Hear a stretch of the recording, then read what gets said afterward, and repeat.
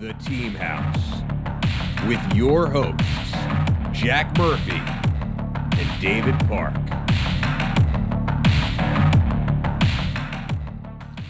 Hi, everyone. I'm Jack Murphy. This is The Team House. I'm here with our guest today, Joe England. Joe had a very interesting career, an unconventional career in several ways. He served as a CID in Special Forces, and then he went on to be a SIGINT guy in the unit known as TFO or ISA, one of the Army Special Mission Units, and then he became a helicopter pilot. And today he runs a YouTube channel that talks about health and wellness, and mental health, and also he's recently retired and had a bit of an upset on the way out the door that we'll talk about a little later in this interview. But Joe, thank you so much for taking some time this evening to talk to us. Absolutely. Appreciate it. So look, man, we were talking a little bit before the show. I'd love to hear a little bit about your childhood and growing up. I mean, you told me you have a really extensive military history in your family. Yes. I come from a long line of pretty much officers, at least until me, dating back to the Civil War. My great-grandfather was in Spanish-American War. He charged up San Juan Hill, World War I, did a number of different things. And then he had three sons who were all officers in World War II, including my grandfather, who was one of Patton's company tank commanders. The other brother was in the 82nd, and I believe the third one was some sort of artillery officer. I'm not as aware of his. And then my father was a colonel who started in artillery, and then he ended in military intelligence. And then my brother was a 18 Alpha who ended up becoming, he led a dive team out of first group. That's awesome. And you guys, because you were in a military family, you guys grew up in Germany, right? Yes. So about 6 months after I was born, we moved to Germany. So from about then till we were there for 10 years, but we did have a 2-year stint in between where we actually moved to Alaska. So the first time that I moved to the continental United States was when I was about 13 years old. And we moved to Seattle, Washington, where my father would end up retiring at Fort Lewis McChord Base. Mm-hmm.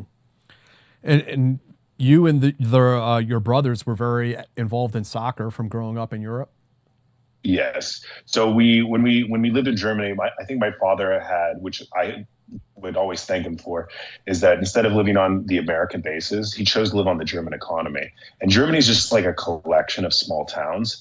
And like over here, you play for soccer clubs. Well, in Germany, you play for your town.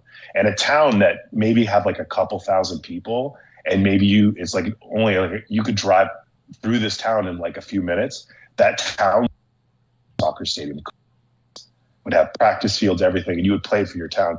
So by the time we came to the United States, we were probably at least a year or two ahead of all the Americans we played with. And because of that, out of the 5 of us, 4 of us went to college on soccer scholarships. Mm-hmm. And I mean, it sounds like you were having a really good time too, in college, playing soccer, but really you had this accident, not your fault, of course, but got into this car accident that kind of like it did shape the rest of your life, I feel like. Yeah, it definitely changed everything that I essentially had a plan for.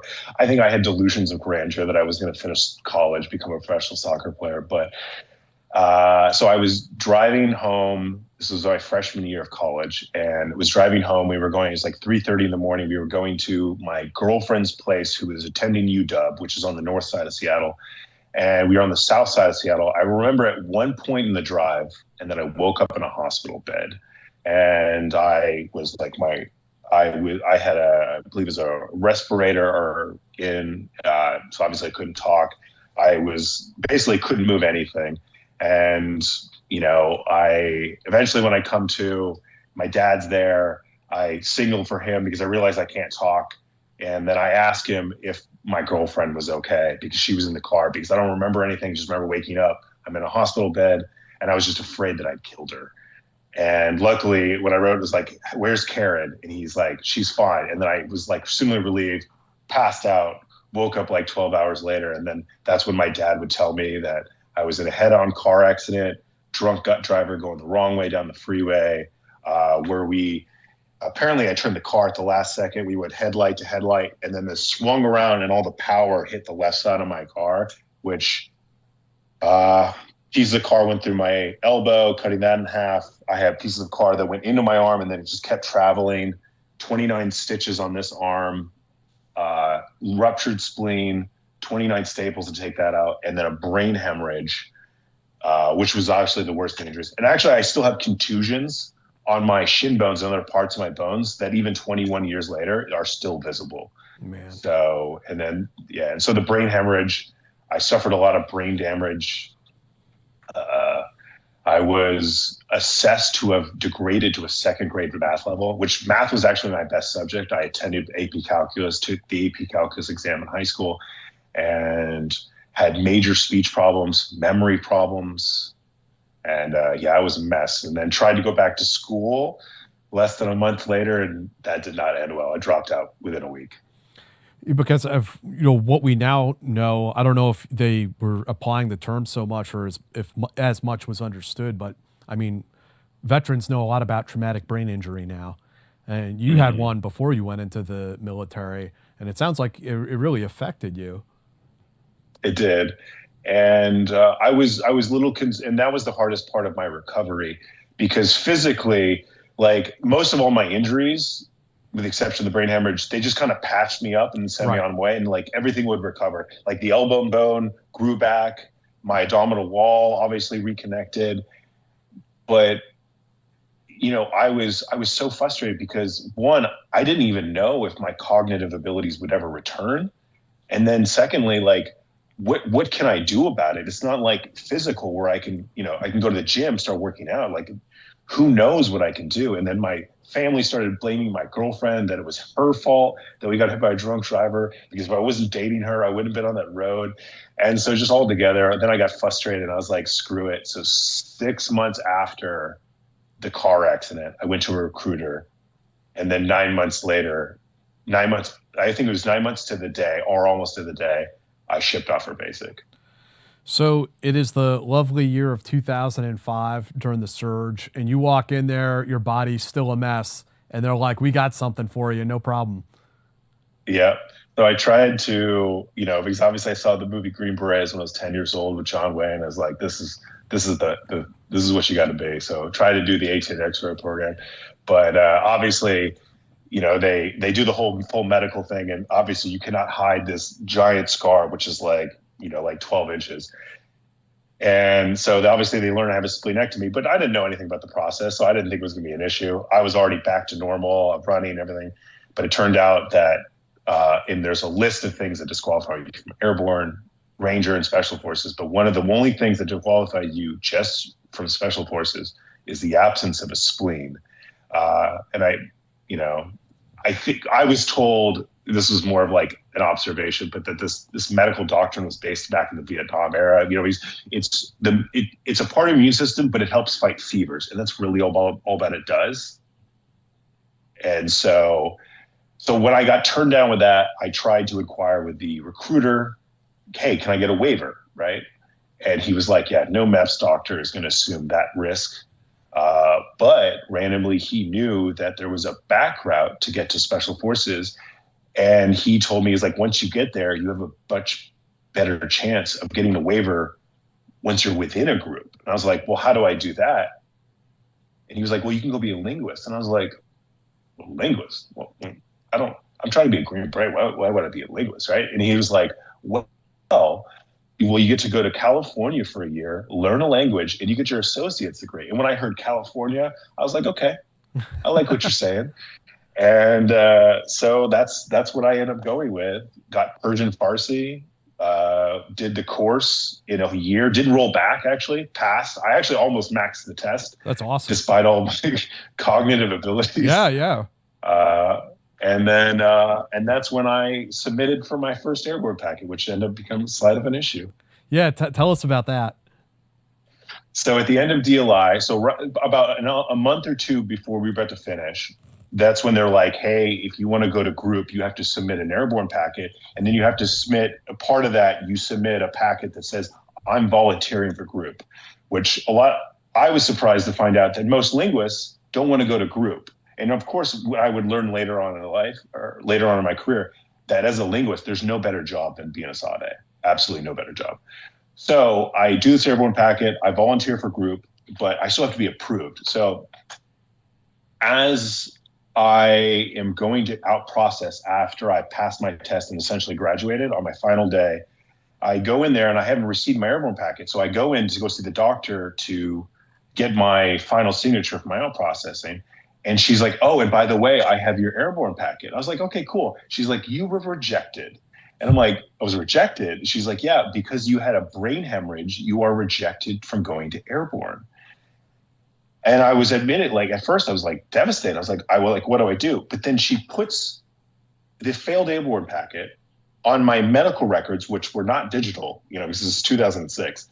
And then I start walking outside and I'm thinking about, like, what am I going to do? And then I look to my left and I see a trash can as I'm walking out, and just hits me. And I just walk over, and I just turn the medical record, and I let the failed airborne packet just slide right into the trash can. Yes. And then I PCS to San Angelo, Texas for the second part of our training. And I go in there to the medical facility and I'm like, I want to apply for an airborne packet. So they give me airborne packet, and they get to the part where it says, have you ever applied for your airborne this packet before? And I checked no. And then I got to the part where, have you ever had a brain injury or TBI? And I said, nope. And I was approved 2 weeks later, and I learned that my first PCS after all my training and airborne training, I would be 5th Special Forces Group. Your attempts at misconduct here clearly allude to your capacity to be an Army spy. I think you passed the test. Yeah. That's actually, yeah. Well, we can actually, now that I think about it, that's an interesting thing that I will actually discuss about the particular part of the packet. Because at this point, and I can get into that later, but at this point, you obviously don't want to tell the military like everything because you'll get screwed. But when it came to the ISA packet, you were encouraged to actually tell them the truth. And actually, in the portion of the packet, I'm probably getting ahead of myself, but they actually tell you that whatever you say will not go back to the regular Army. I hope that's true. Yeah, at least it was at the time. And so you move on to the next phase of your training. And before we move on, I think we should, I'd like to ask you, for the viewers out there, the listeners, do you want to tell them what a SID is and what a SID does? Yes. So a SID it stands for Special Operations Team Alpha. And at the time, only linguists were allowed to be special or SIDs. If you were the signals, because a linguist is actually a cryptological linguist, right? So not only are you a language, but you actually have a SIGINT portion of your job, and that's the cryptological part. There's another MOS that goes alongside it, and that's the cryptological analyst. And they, at the time, were only allowed to be special operations Bravos or SOT-Bs, which are the analyst portions of that. So like SOT-As were the collectors, and you would send your signals information that you collected back to the SOT-Bs. But the interesting thing because every other linguist would be in some sort of facility, whether the NSA or some sort of FOB, but SOT-As were the close access signals collectors. So all the devices and everything that you were given and how you had to do stuff, you actually had to be on site with the teams. So during deployments, instead of being deployed with either the battalion element or the company element, all SOT-As were deployed with the teams, and you were attached to an ODA, which ended up being amazing because you spend your entire deployment as just an extension of essentially these ODAs, and you get to, sort of live that life as closely as you can. Ever wake up sweaty, freezing, or just uncomfortable? The temperature in your bedroom can make or break your sleep. That's why I switched to Miracle Made Sheets. They're inspired by NASA technology and use silver-infused temperature-regulating fabric to help you sleep perfectly all night long. Miracle Made Sheets are crafted with NASA-inspired silver-infused fabric that helps regulate your body temperature, hot sleeper, cold sleeper, it doesn't matter. These sheets will help keep you in the comfort zone all night long. Thanks to their antibacterial silver technology, Miracle Made sheets stay cleaner and fresher up to 3 times longer than regular sheets. That means fewer odors, fewer wash cycles, and way less laundry. All that hidden bacteria in regular sheets, it can clog your pores and cause breakouts. Miracle Made's antibacterial design helps you sleep cleaner and clearer night after night. Upgrade your sleep or give the gift of better rest. Go to trymiracle.com/house to try Miracle Made sheets today. You'll save 40%, and when you use promo code HOUSE, you'll get an extra 20% off plus a free 3-piece towel set. They make an amazing gift, and with a 30-day money-back guarantee, there's no risk. That's trymiracle.com/house, code HOUSE at checkout. Thanks to Miracle Made for sponsoring this podcast. Today, I want to tell you guys about Qualia stem cell. Maybe all of you, most of you, have experienced what it's like to get older. And as you age, you don't heal quite as fast as you used to. You don't recover as fast as you used to. And it can feel like your body is not putting out as you expect it to. It can feel like the dial has been turned down one notch. You feel like, it's similar to the same feeling as getting sick, right? So you feel that, you're not really where you should be. You're racking up these little injuries that seem to recover very slowly. But there is something you can do about it. As it turns out, the secret to healing, recovery, and resilience isn't just luck, it's stem cells. These are your body's built-in repair crew. But as we age, the system slows down. Fewer cells, weaker signals, and slower recovery. This is why Qualia stem cell was created. Your cells are powerful, and you can make sure that they stay that way with Qualia's innovative new stem cell formula. They are crafted with nature's most powerful healers like sea buckthorn and royal jelly, so you're ready to take on what's next. You only need to take it for 4 days a month, preserving your body's regenerative capacity over time. So I've been taking Qualia for the last 3 months. I'm actually taking it right now. And it's 6 pills for the first 4 days of each month. And then you're starting again the preceding month. And I found it helpful. I had little pains in my right wrist, my left ankle, and some other things in my elbows too. And I feel actually quite a bit better since I started going through this process. And I hope you guys will check it out if you're experiencing something similar. If you've ever felt like your body just doesn't bounce back like it used to, whether it's after a tough workout, getting sick, or just the wear and tear of life, then this is for you. Qualia Stem Cell was designed to support your body's natural repair systems, helping you heal, recover, and keep going strong. And right now you can try it for up to 50% off at qualialife.com/house. And there's a bonus. Use the code HOUSE for an additional 15% off your order. That's Qualia, QUALIA life.com/house. Your body's built to repair itself. Qualia just helps it do that better. A big thanks to Qualia for sponsoring this episode. I guess we'll get into it a little bit, but would it be fair to say that one part of the job is offensively looking for the bad guys, and also maybe part of it is also like force protection, like I'm listening to the bad guys? Absolutely. So that's actually how the SOD job started, because before cell phones and everything like that, SODs were basically force protection, because they'd go out with the teams, and obviously they would get on like the PRD-13 and all these radio interception devices. And that's how they would detect if they were going to get ambushed or not, because usually there would be some sort of radio traffic like, hey, they're coming up. So that was the job of SOD. But then rolling into the early 2000s, when SIGINT really started to go into the cell phone, stuff like that. And that type of signal is actually short range. Like radios have a much longer range. But cell phones, the way they talk to towers, have a much shorter range. So what you end up having to be is, so you ended up becoming not more just force protection, you actually became offensive, at least especially in the intelligence roles. And it was sort of like the heyday of when, we had the keys of the kingdom, there was less to no encryption, and, it was like the wild, wild west when it came to it. Things were easy. they would later become much, much harder. And our job became, luckily I had left at this point, but almost became later on like obsolete as the technology upgraded from 2G to 3G and then 4G. And by the time it got to 5G, there was no more job, at least in that portion of it. And you get sent to the SID at 5th Group.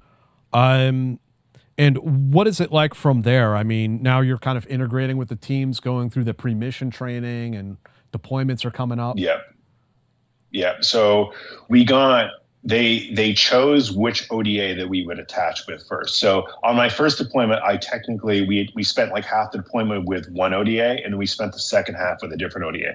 So the one that we were getting attached to first, when we did our pre-mission deployment training, we were actually with them the entire time. So we could, really start to integrate with them, because, as you know, when you're running around in like Humvees, because especially 2007, I think everybody else wasn't allowed to run around in Humvees except for the SF guys. And usually, because they still needed guys back, sometimes they could only man 2 Humvees. But with the SOD A team, we always could have 3. So they definitely used this as extra guns. And, so we got a lot of pre-mission deployment training. And then we actually went on the deployment, and there was the 18 Zulu. His name was Boomer. And Boomer instantly took a liking to me. He was impressed with me. He learned that being a SOD A or being a linguist was not my original goal. I wanted to be an 18 X-ray. And, and when the battalion commander and battalion CSM did their visits to all the team houses during that deployment, he arranged for me to have a one-on-one meeting with both battalion commander and the battalion CSM about me potentially becoming an 18 series. And that interview went really well. The battalion CSM took it upon himself to research my waiver, because at this point, between them, Boomer, they all felt that I would make a very good Green Beret, like I was a good candidate for it. So they found out it needed to be signed by a general officer, which everybody knows or who doesn't know that the highest ranking officer in a group is a colonel. So it had to go above group. And, unfortunately, that waiver would be approved by his deputy, but in between the week that the deputy needed to approve it and the general officer needed to approve it, somebody died in the Q course, if I remember correctly, from a supposed snake bite, which I was then told that the commander did not want to assume the risk for somebody who had a weakened or compromised immune system, I believe is the correct verbiage that they used. Mm-hmm. That must have been, kind of a kick in the nuts. And then you went during and as all of that is transpiring, you're also rotating back overseas with this team, right? Say that one more time. That as all of this, this waiver submission is going through the process, you're also getting ready to deploy a second time with the team. Yes. So we came back. We went out for 8 months, came back for 6 months because first group replaced us. And then we knew before we went on this first deployment, we were doing back-to-back deployments. Yeah. So we had 6 months in between and 2 months prior to. So one, I did a second waiver thinking that if I had stronger recommendations that they would approve it, but that was not to be the case. And then, but during that training, I went to what was called Prometheus Group at the time, because it was done by the Prometheus Group company, but it was a pilot course which would later become the SOCOM's advanced GSM second course, but was the pilot course for it. And during that training was run by both green and orange operators and support personnel. And the course director was a former TFO command sergeant major of a squadron. And at the end of those 8 weeks, he pulled me aside on the last day where they were giving out the certifications. And he told me that he had heard about the issues of, my waivers, how I couldn't get to SFAS. And he was like, hey, we've been really impressed with you. We think that you have what it takes. And, he made the joke of, why don't you skip JV and come straight to varsity? So, and he was like, would you want to be an operator, right? And I was like, yes, that's exactly what I want to do. He's like, all right, here's the recruiting information for, at that time, the recruiters that were doing operators. I believe they were separate at the time. And so I went, and on the second deployment, that's when I started filling out this ridiculous 40-page application and submitted it, I think, I finished it right towards the end of the deployment. And in that packet, you're told, and you're actually told by the recruiter you can reveal everything and they won't have any sort of ramifications. And at this time, this ended up being true for me, because that's when I actually revealed that I had some issues and the stuff that I had sort of hidden from the Army, and that I wasn't this saint. But apparently that worked, because they approved my packet. Wow, great. And I went to selection the following April for ISA operator selection. So before we jump into that, I just want to ask you, where was it that you deployed with this ODA? If there's any interesting stories from that time that you'd like to tell. Oh, absolutely. So both deployments were actually in the Diyala province of Iraq, which is, it's like east of Baghdad, but it's along the Iranian border. Mm-hmm. So you're really kind of on the edge of the world, because there were no team houses east of us. It was us and then the Iranian border. But the second deployment was awesome for me, because Boomer decided that he wanted to be on his team, to just be an extension of his team. And he told the battalion commander, I want Joe and Joe only. And if you send the entire SOD A team, I don't want any of them, right? And the battalion commander was like, all right, cool, you get just Joe. And I got to be the sole attachment to that team. And Boomer was awesome. The team was awesome. And they never treated me like a support personnel. Like, I almost felt like I was like 18 OJT. It was an amazing deployment. I was an extension of that team. And to be honest, Boomer, even at certain times, he even treated me as one of the seniors, which I absolutely love. And I will be grateful of to this day, because it was probably one of my favorite deployments I ever had in my career. That's awesome. And so moving forward, we get into selection. I know there's some parts of it that they try to keep on the down low, but what are you allowed to say about the selection course? It's very, so let's just say ISA selection was in a lot of things, when they were created, right? They cloned a lot of things from Delta, and they changed certain things, right? I would say that CAG is probably slightly more physical. Ours is probably more of a mental, thing. But you probably heard the difference between the walk and the long. A very movement, but it's not quite the 40 miles. It's slightly shorter than that. But it was, I think it was it's usually between 4 and 5 weeks. And it was the hardest part about that style of selection is you don't have any negative or positive reinforcement. Nobody yells at you the entire time. And almost everything, minus a few days, everything is individual. So what I found was that, especially from a psychological standpoint of view, this was the hardest type of selection you could go into, because when you're getting yelled at and people are telling you to quit and you've got your buddies next to you, you kind of sort of band on to each other and be like, you know what, F you, I'm not going to quit, right? But in this environment, one, you're only given instructions once, and they do it completely stoic, right? They just say, they give you the instructions. You're basically given the instructions once, and then they tell you to go to do the best as you can, as fast as you can. They don't tell you your times. They don't tell you if you've passed. The only reason you even know if you fail is every day when you muster for an event, they tell you to get in these individual trucks. And then you quickly learn, as people start getting kicked out, that if you ever get in a truck by yourself, it's not good, right? So, but because you really have to have this level of mental fortitude, because nobody's telling you if you're doing well. Nobody's telling you if you're sucking. You just have to believe in yourself, and you just concentrate on the event, and then just concentrate on the event in front of you. Don't think about like, oh, we're at week 2, week 3, because you have no idea when this is going to stop. Like every portion of the selection, you have no idea when it's going to end. And when it does, it's this huge surprise. And then you're on to the next portion, which is you had like, it goes places that you never thought selections would go to. Like it is probably I would say it's a more unique selection than CAGS is. Because they sort of like test you on some of the skills that they'd like operators in the unit to have, right? To see how you respond under stress. Yes. Yeah.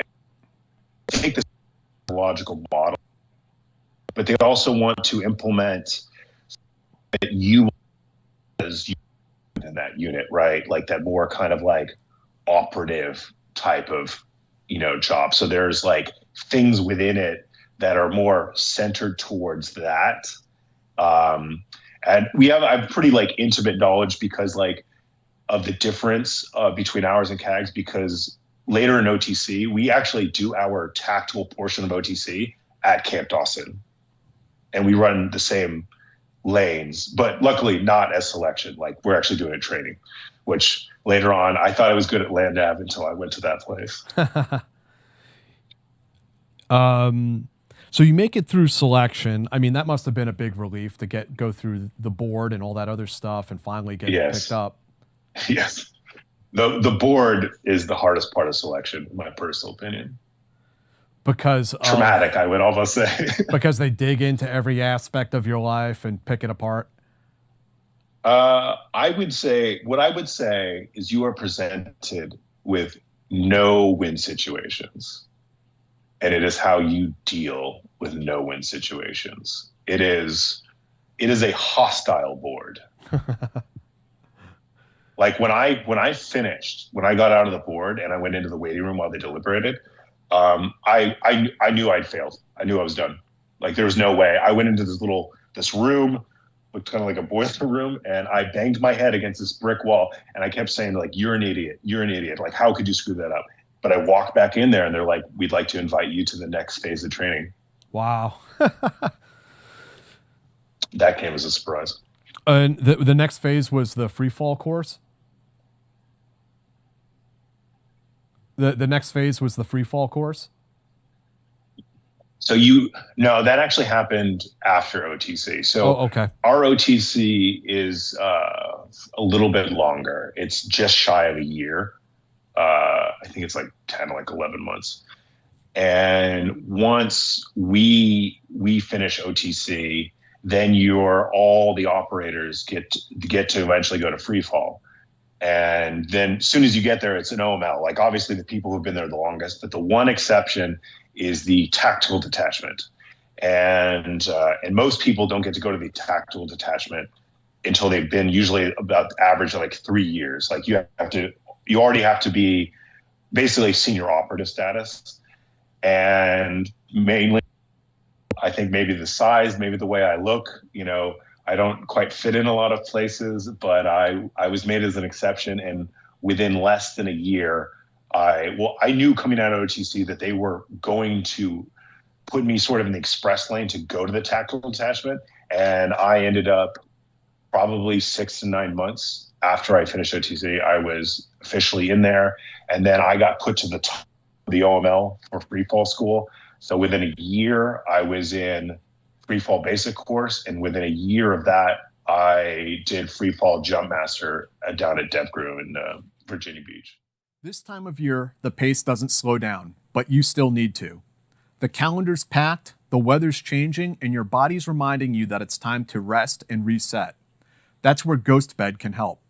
It's a family-run company founded by a team with over 20 years of mattress-making expertise. They've spent decades perfecting how to build a bed that's durable, comfortable, and engineered to help you recover. Every GhostBed mattress is made with premium materials, proven cooling technology, and their exclusive ProCore layer, a targeted support system that reinforces the center of the mattress where your body is the heaviest. It helps to keep your spine aligned and your back supported so you wake up ready to take on what's next. And GhostBed's cooling materials don't just keep you from overheating, they help regulate your temperature year-round. Each mattress comes with a 101-night sleep trial and a 20 to 25-year warranty, plus fast, free shipping. Most orders arrive in 2 to 5 days, so better rest is just around the corner. Right now, during GhostBed's holiday sale, you can get 25% off site-wide for a limited time. Just go to ghostbed.com/house and use the promo code HOUSE at checkout. That's ghostbed.com/house, promo code HOUSE. Upgrade your sleep with GhostBed, the makers of the coolest beds in the world. Some exclusions apply. See site for details. And thank you, GhostBed, for sponsoring the show. Please check out the link down in the description and support our sponsor. That's awesome. And especially, I mean, as a signals guy, to have all those opportunities is really unique and really cool, I think. Yeah. And one of the things that I really enjoyed about this particularly is just because a part of that job is you actually, because ISA kind of does its own thing with its own operations and everything like that, but the tactical detachment actually supports blue and green. So we actually were like on the Jort cycle, and so I actually got to spend quite a bit of time with both green and blue, which, you know, I felt like I had a unique perspective because I kind of got to see inside all three of these units, both orange, blue, and green, and you get to see the cultural differences, which are, you know, pretty shocking, I think, you know, especially with how the difference between how blue and green treats their support personnel. That's kind of a huge difference. I've heard that that green loves their support guys and blue hates them. Yeah. It was explained to me in a very good way. Green sees their support people as that, like, they can't do their job without their support guys. Blue sees their support guys as they're in their way, right? And they have to tolerate them. And it's so, and one of the biggest, I'll give you, so at some point they made it mandatory for all assaulters to go to their intelligence squadron over at Green. Yes. And because of that, like when you showed up, because when I started going, they'd already been implementing this. So when I'd show up, and almost always we would be attached to the recce teams. And, but when we would be there and we would have like our various different equipment and stuff like that, we'd have assaulters who come over who just got back from the intel squadron, like, oh, dude, I used that, dude. And they'd be super excited to talk to you about intel stuff. You know, here you got these like badass assaulters who like want to get in with the intel. And let's just say that never happened to Blue. Yeah. Yeah.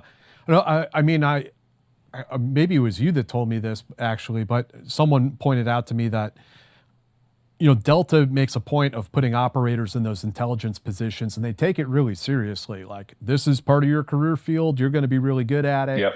And it's resulted in, you know, the increase in capabilities, of course.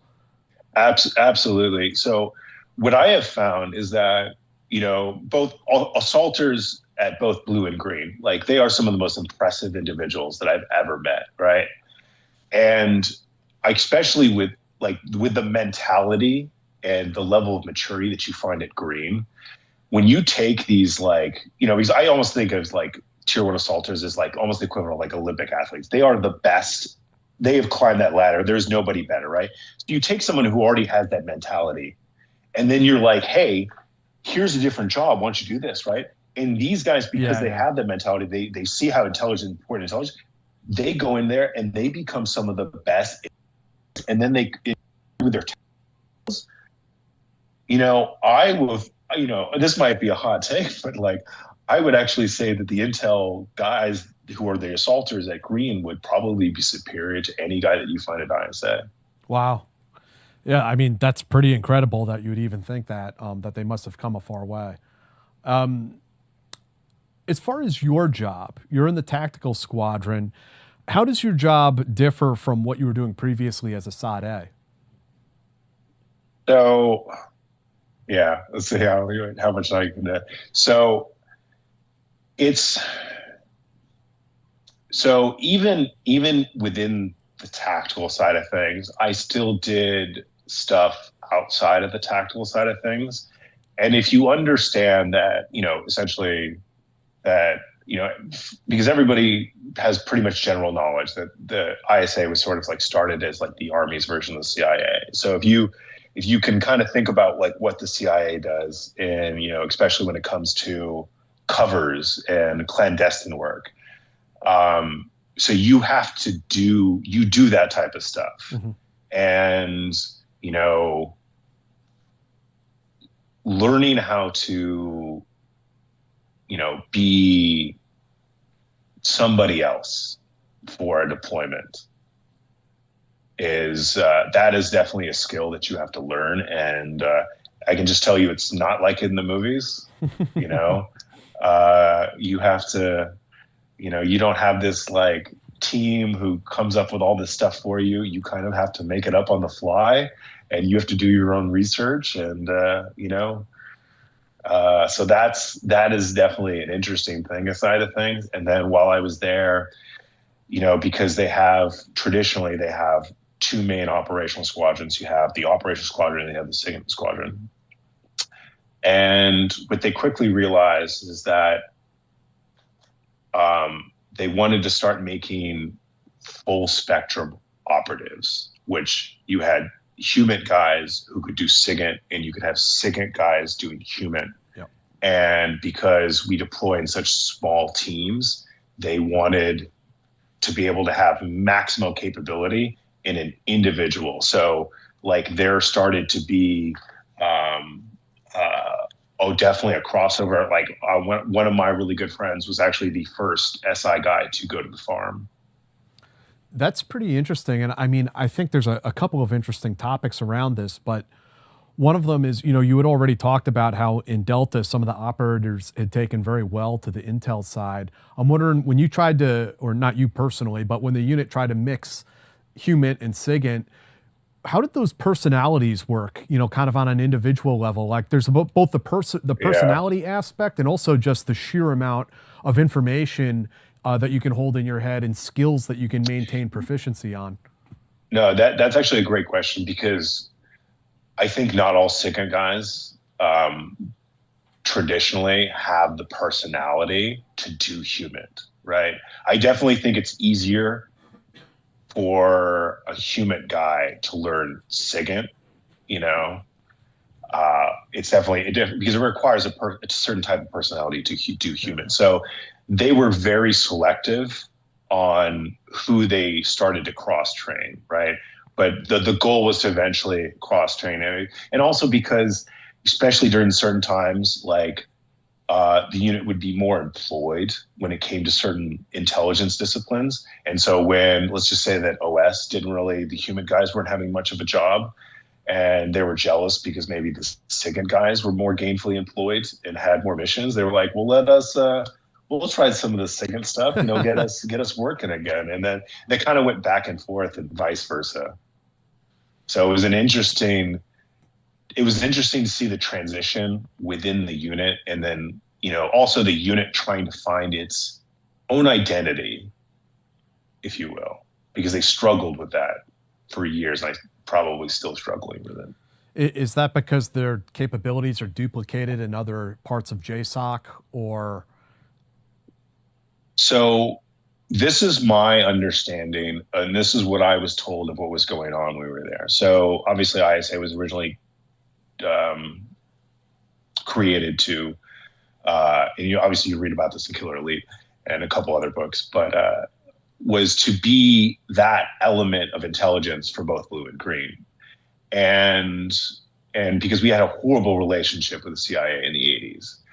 But eventually the CIA came around and they're like, you guys are doing good stuff. And it's kind of like what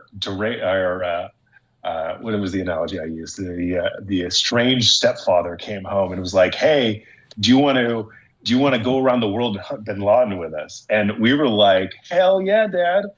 And so there was a time where I think that, and this happened like before I got there. So I hear about this like, because I got there in 2010, and this already was like They were still doing it when I showed up, but it was being calmed down at this point.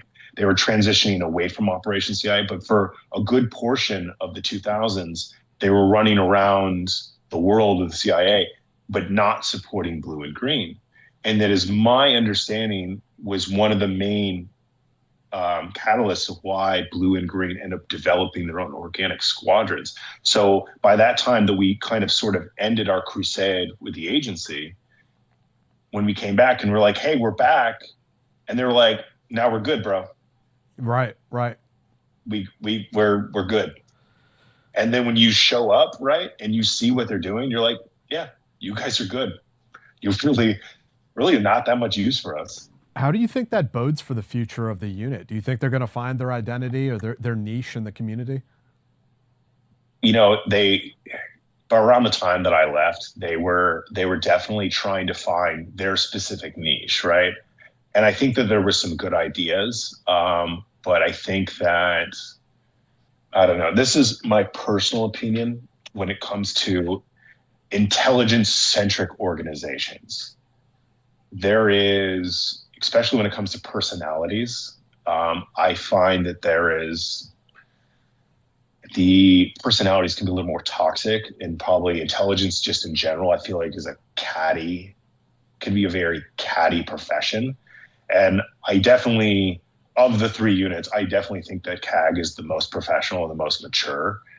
And I think that there were some innate personality problems within ISA, which I think is still issues.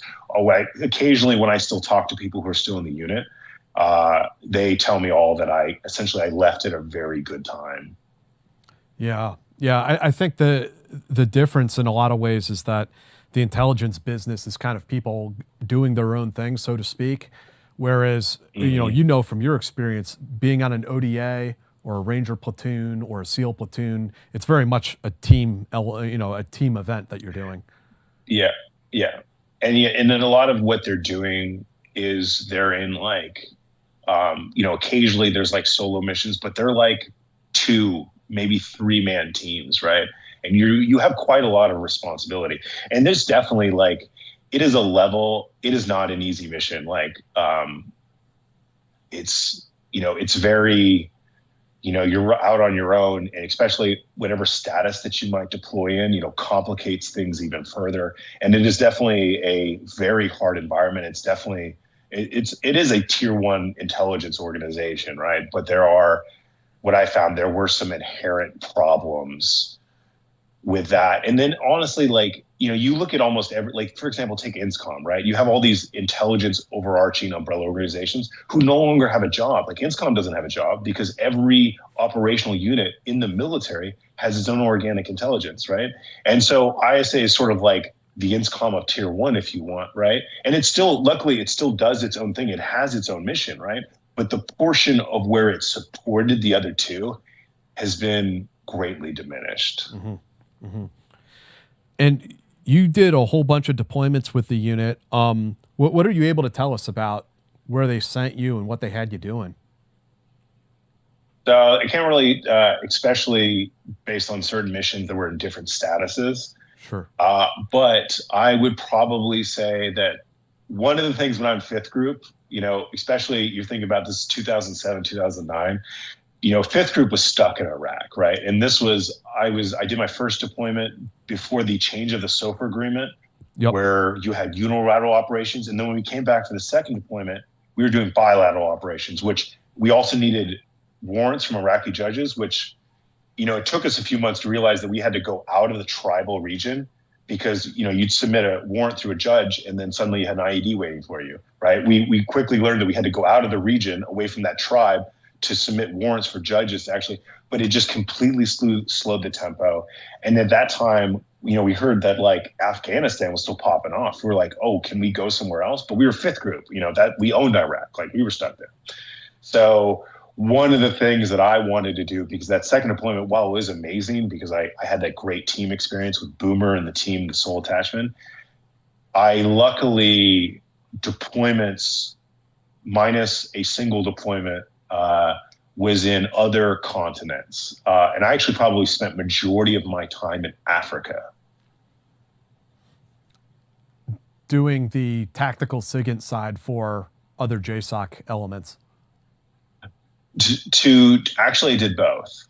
I did both the typical job that you would think of that an ISA guy does, and I also did the tactical thing because I was single, didn't have any kids, wasn't married, and so anytime that there was a slot that opened up another detachment, or somebody needed to be relieved for whatever, American Red Cross, or somebody needed to come home for whatever reason, I was usually the go-to guy to fill in for those people. So, which looking back in hindsight, I really liked, because I went on probably more deployments and more varying different types of missions, regardless of what I look like. Which I don't think would have happened if they weren't desperate and needed somebody to replace. Then I was always available when I wasn't on certain aspects of the Jort cycle when I was available. From that time, are there any like stories that you're able to tell? And I understand that you need to be vague about where you were, when it happened, etc. But if you could like walk us through, if you have any stories you're able to tell, things that were close calls or got a little dicey. It's really hard to go into like any of that without, especially during that time, because without, it'd be really hard to really say. I will tell you, so of everything that I did at the unit, my favorite thing, probably still to this day, is about 4 years after I passed selection, I got to come back as cadre for selection. And when you get to go behind the thing and you get to be the super stoic guy who, because they do it all the time, like candidates will come up and they'll be like, they'll try to ask you to reiterate the instructions, and you just sit there, with sunglasses on, you got your shirt on, you just go, candidate, what were your instructions? And that's all you have to say. And you get to see everything behind the scenes. And that was really cool, because while you're there, you learn the history of our selection and how it related to CAGs, how they changed things. And then you also see like, they actually had the reasons why they chose this psychology versus like how they went different than SFAS and various different things like that. But I would definitely say that the hardest part of deployments, I would actually say, was being in Alias. And I will say this, like I would say that one of the transitions that I feel like it kind of screws with you the most is that when you come back and you've essentially been somebody else for longer than you were yourself, it kind of like messes with you a little bit. And, all the times we always joke about it. Like, you'll come home and then you'll be with your buddies at work, and then you'll go to the local food truck and you'll be like, oh, quarter. And they'll be like, for who? And then you'd give out the wrong name because you'd been somebody else for so long. Yeah. It's one of these situations where you wake up in the morning and you're not sure who you are. Like, what's my name today? Yeah, because they teach you early on, like, the best way to do that type of stuff is you have to believe the lie. Right. And this is in like every CIA like handbook out there. Like, this is no secret, but like that's definitely the most effective way. So when you go around it, you basically you believe the lie, and then when you come back, it's a little bit of an adjustment. Yeah, I mean, I can see. Thankfully, I think you were single at the time, but I mean, it's especially hard on the families. It definitely can be. Yeah, and I can see why living the type of life you describe can drive people towards alcoholism, womanizing. You're out there trying to find a connection. Yeah. So, yeah, and then also you have to remember also another part of that is you don't make that much money in the military, but I will tell you that tier 1 operators do make money, right?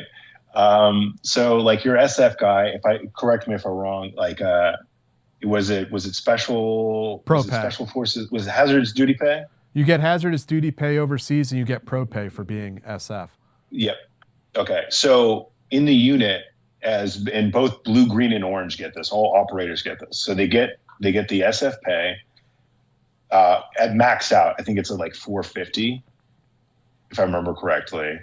You get all your Airborne's pays, you get your demo pays, everything like that. But then you get AIP, which is my understanding only blue, green, and orange operators get this, and it's $1,000 a month on top of all your other special pays. And so I'm a 27-year-old, staff sergeant at the time, living in, a metropolitan city, and getting a decent amount of BAH on top of all these, because I probably had about $2,000 in special pays a month. And on top of that, my ridiculous BAH, I was a 27-year-old staff sergeant making over six figures. And you cannot get that type of money because even when I went to aviation, I took a huge pay cut, and I was a warrant officer, So there's the money, because you really can't replicate that anywhere else in the military. Not even fighter pilots in the Air Force would ever get that level of money.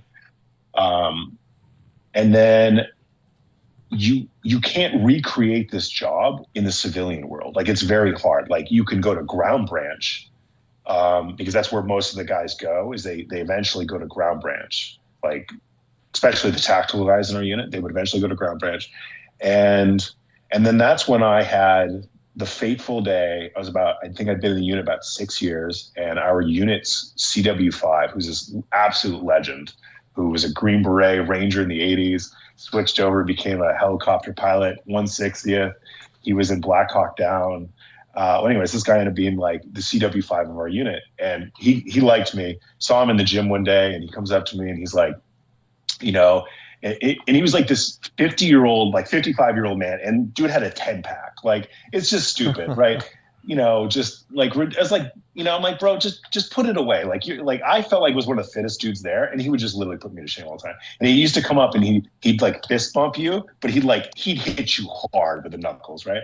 And he'd do this every single day. And so I'm in the gym, I'm about to work out, and he's like, Joe, what's your plan? I'm like, oh, I'm about to do legs. And he was like, no, with life, you idiot. And I'm like, oh, I'm going to do what everybody else, because I'd reached senior operative status at that point for, I think it'd been like 1 or 2 years. And what everybody did was they did their like 20, 25 years, whatever. And then they all went to ground branch, especially the guys I was in the detachment with. And that was the life. That was the dream. Right. And he comes up to me and he's like, do not do that. And I'm like, why? He's like, look at all your seniors, look at your peers. All of them are divorced. None of them have, barely any of them have any relationship with their children. He's like, you've done this, like between group and here. He's like, you've done this, like what, over a decade now? He's like, I can tell you, he's like, it doesn't get any better. He's like, the seniority in these jobs doesn't get you any better. He's like, the best part is the first 5 years. That's the sweetest part. It's new. It's everything. You get to do everything. And then once you start getting senior status, you would think that you get more freedom. No, that's the exact opposite. So, and then he, being a guy who was a former Ranger Green Beret and now a pilot, he was like, if you ever want to go to flight school, I was like, yeah, who doesn't? He's like, dude, the Army will pay. Like, they will, you don't have to pay to get your private license. He's like, go do that. And then, probably within a year of that conversation, I, due to some other like things that went on in the unit that I saw that I didn't like, I was like, I'm out. I put in my I was at the 4187. And I applied for flight school warrant, and then I had to put in an age and time and service waiver, ended up being the oldest person in flight school, which the first sergeant down there was really happy to tell me. He's like, you're the old man now. So. That was some really sage advice that you got from your salty warrant there. But he wasn't wrong. No, he wasn't. And actually, his helicopter is actually, if you usually go to the RV Aviation Museum, is the actual helicopter in there and has his name on it. Holy shit! Like this guy is a legend. Yeah, did it all. Yeah, this guy still a legend to this day. Okay, so you go to flight school, and sort of first off, like, what's your objective in going to flight school? What airframe do you want to be on? What are sort of your goals here going into it?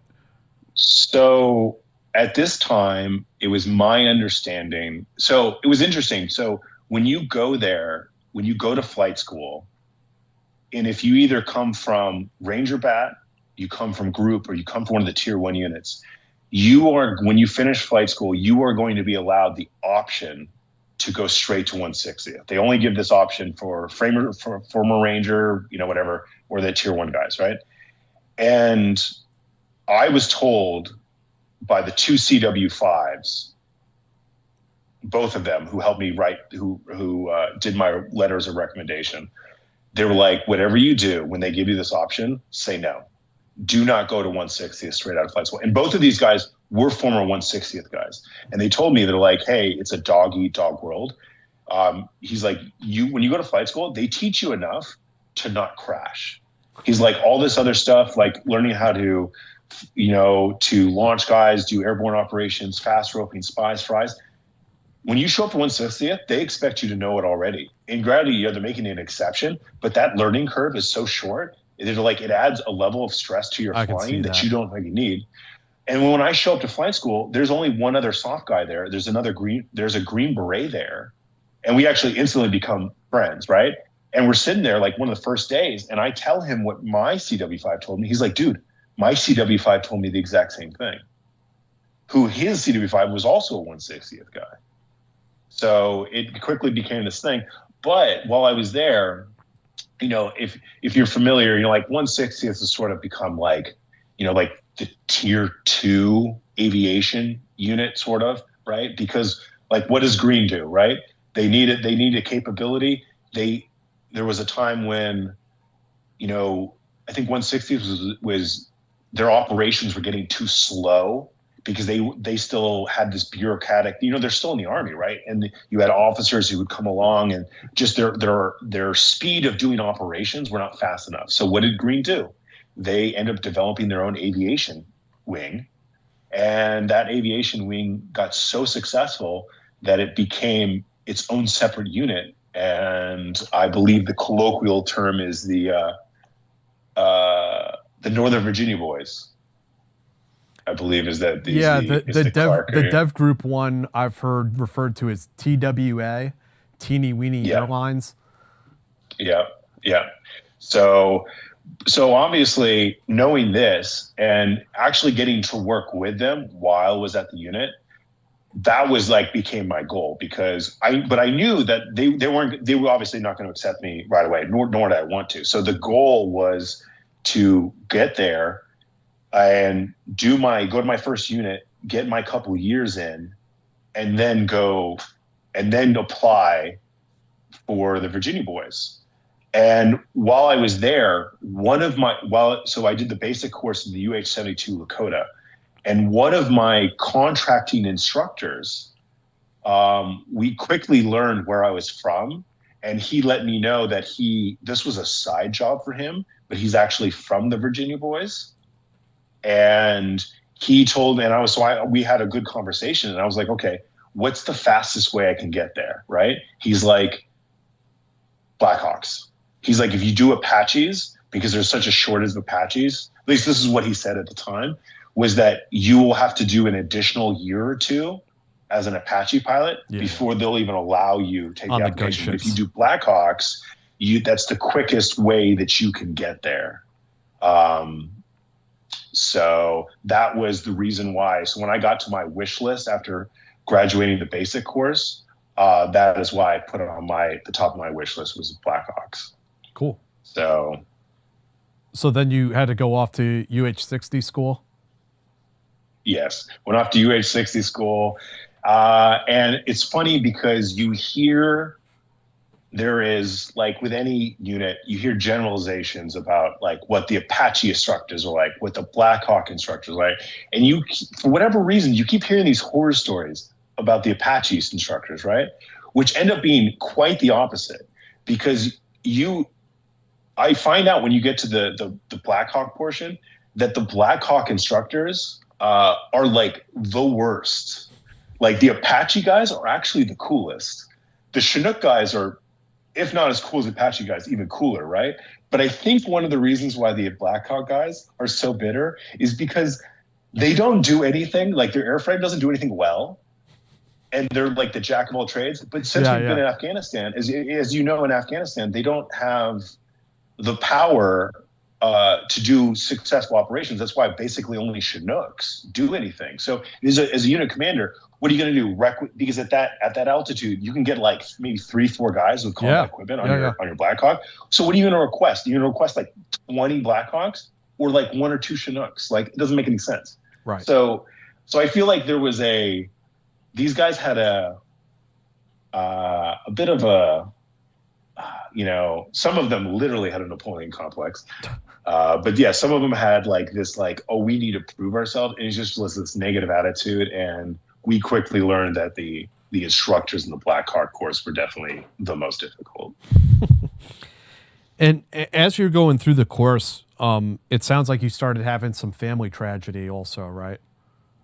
Yeah. So my father at this point had cancer, but then my sister-in-law, who helped raise me, because my mother died when I was 15. She actually left college, her and my brother, came home and helped raise me. So like, she's my sister-in-law, but I always consider her my sister because she helped raise me.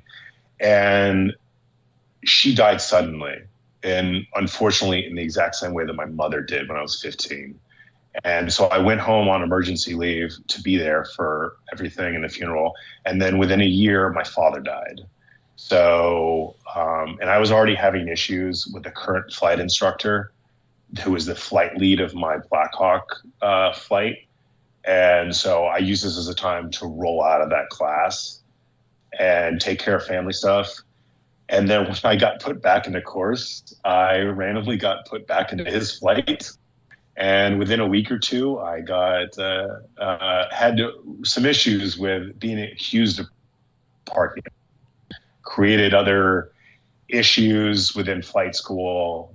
And then in combination of my family and a financial situation that was going on with all my real estate investment properties because of COVID, that's probably when I hit rock bottom and hit a level, been depressed in my first time in my life.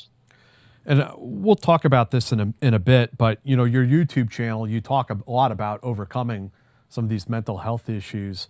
What was it you were experiencing at that time, and how did you overcome it? Because I mean, what you're describing, it's not nothing. I mean, this is something that would take the air out of anyone's wings, I think. Yeah, no, and that's a great question, because this actually ends up being like one of the things that I tell people, especially when they're starting to leave the military, is what I didn't realize at the time, but I learned quickly, is that I had tied my identity to these aspects of my life, to my real estate investment, to my success within the military. Because at this point, I'd never failed anything. Obviously, not passing waivers, I didn't really, consider that as failing, right? Every time that someone had given me the shot, I passed it, right? In flight school, I had never failed a test. Technically, I did fail one flight test in the UH-72 Lakota, but that's only because I fell asleep in the back. The instructor was not happy about it. So, so I failed. He failed me even though I passed the flight portion. So I had to retake the test on it. That's neither here nor there. So, and then now, so between my financial, my professional, all these things that I had tied my identity that I was successful were failing. And I had no idea how to deal with failure. And I shut down completely. I didn't talk to anybody because I was ashamed. I was these things. I projected all these things. This is who I was. And now I was no longer this. How could I talk to anybody? And it wasn't until I finally, you know, because I don't know if you want me to go into the details about the plan that I made when I hit It's rock up to bottom, you. but Whatever you're comfortable with. so yeah, so I got no problem because I've already talked about this on my YouTube channel. So I hit rock bottom, and I made a plan to commit suicide, right? And I made a plan. I planned to do it after my best friend's wedding, who strangely enough, I was a bridesmaid for her wedding. And the main reason why I didn't do it was actually because of my dog. Because later on, I would obviously realize that, taking your own life is one of those selfish things you can do, because, you think you're fixing your problems, but you're causing trauma Sure. to anybody who's ever loved you.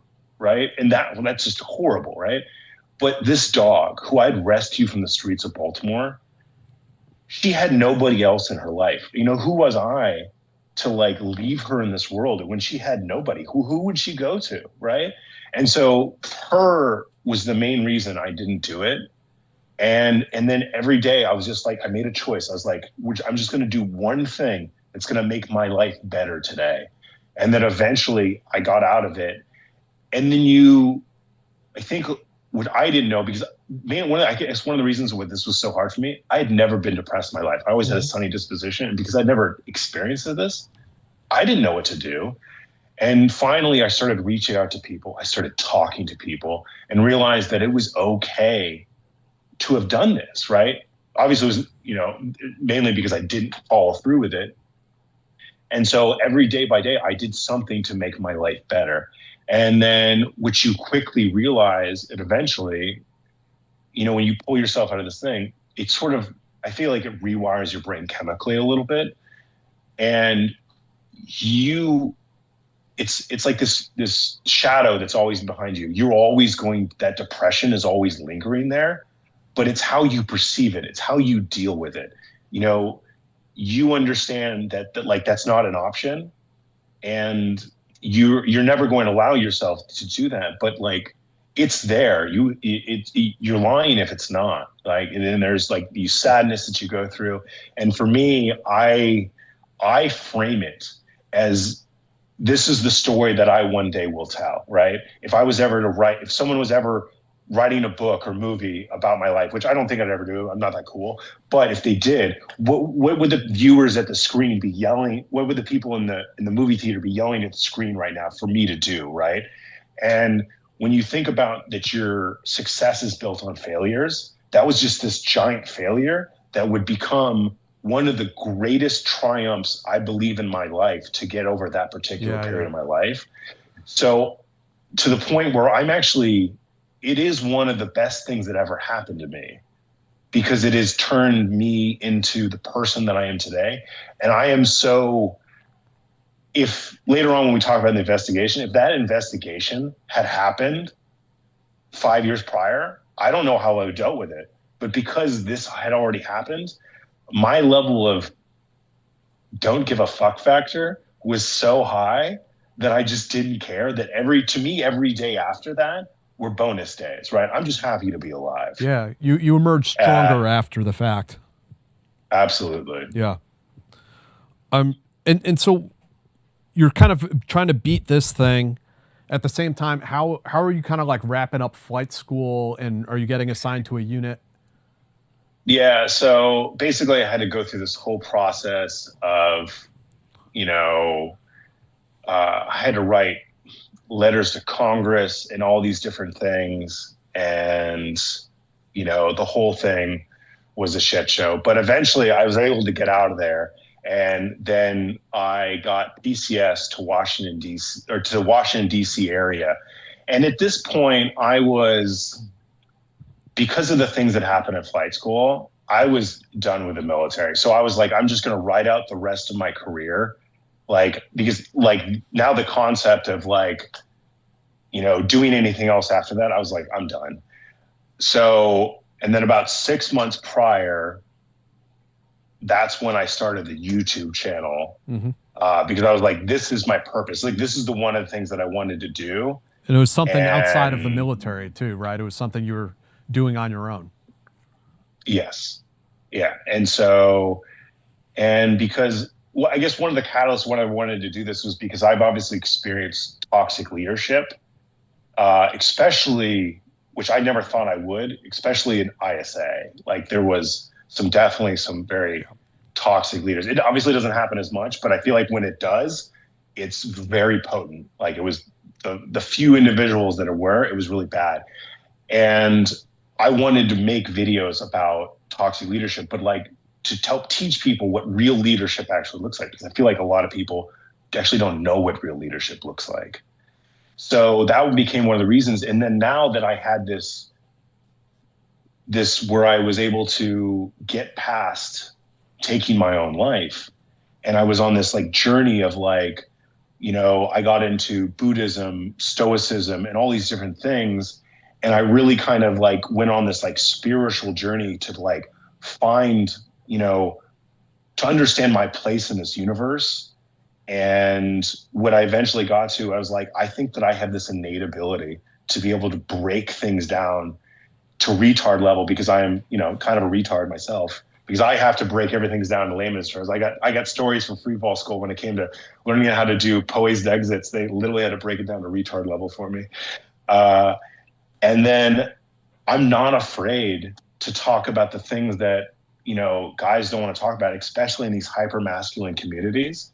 So I felt like that was my thing. So I started this channel, and that's what I started originally talking about was the mental health stuff. I was talking about fitness, stoicism. You know, that's why I called it the Stoic Viking, and then. But people were then asking me, because I had pictures up of like my time at fifth group, time at flight school, and then like time at like ISA or whatever, or like the few photos that I did, because I don't really have many photos from that time for obvious reasons. And people started asking questions like, why did you leave, right? So, and I never said which unit I was from. And so I was like, okay, I see this as a teaching lesson, right? Because I phrased it, so I told the story of why I left. And the reason why I left is because, you know, I saw that there was no future down that route, at least not for 20, 30 years, right? And the moral of the story was you can do anything amazing, right? But you don't need to sacrifice your entire personal life for the rest of your life because of it, right? And if you really think about it, and this is the advice that I tell everybody, know what you want in the military. Go get it, do it for 5 years, and then leave. And take that experience to the civilian world, because they will reward you, you know, in many different ways. And you also have the freedom to like quit. Like that's an amazing power, which you don't get in the military, right? So I made this video, and it at that point, I think my videos had maybe 500,000 views. This thing within like 2 days was like 100,000 views.